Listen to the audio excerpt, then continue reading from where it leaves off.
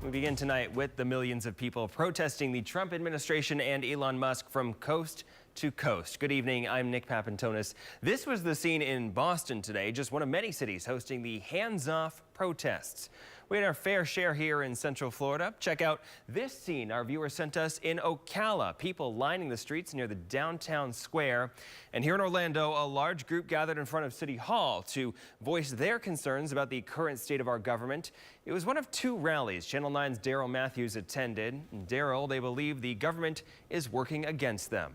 They really do, Nick. A lot of these protesters tell me these demonstrations are fueled by concerns over the erosion of democratic norms. They say it's a fight for the future generations and also a wake-up call. From Atlanta, Georgia,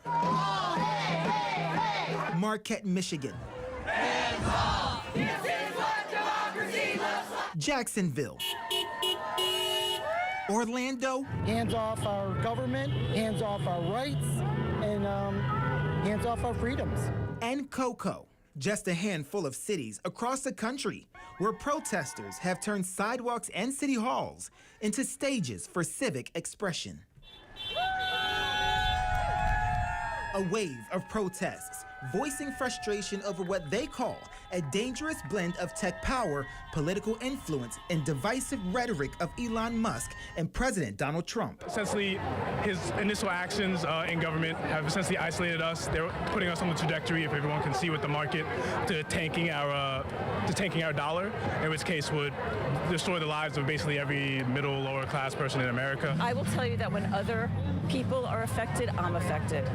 We are a society of people who have to be kind and care about each other. Stacey Denise, one of two counter-protesters in Cocoa, standing behind the current administration. I believe that Trump is going to be a good president for us, and I honestly believe that.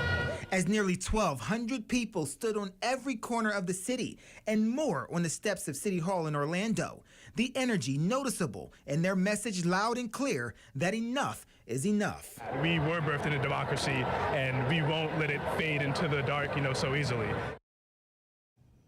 Now, the protests in the cities we visited were all peaceful but powerful. Other cities here like Claremont, DeLand, the Villages, and Sanford have also joined. The protesters tell me events like these is what the government needs to see to show that they are fed up. Live in the studio, Daryl Matthews, Channel 9 Eyewitness News.